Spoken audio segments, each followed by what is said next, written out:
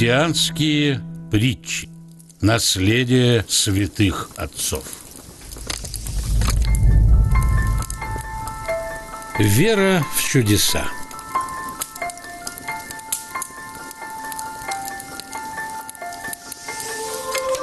Мальчик очень любил читать добрые и умные сказки и верил всему, что там было написано.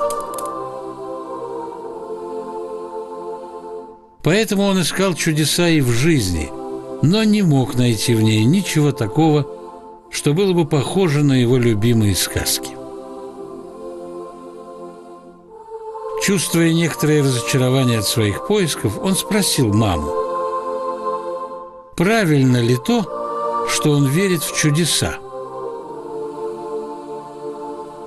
Или чудес в жизни не бывает? «Дорогой мой», — с любовью ответила ему мама, «если ты будешь стараться вырасти добрым и хорошим мальчиком,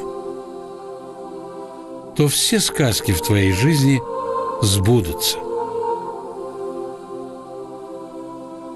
Запомни, что чудес не ищут. К добрым людям они приходят сами. Кто делает добро, тот от Бога. А делающий зло не видел Бога».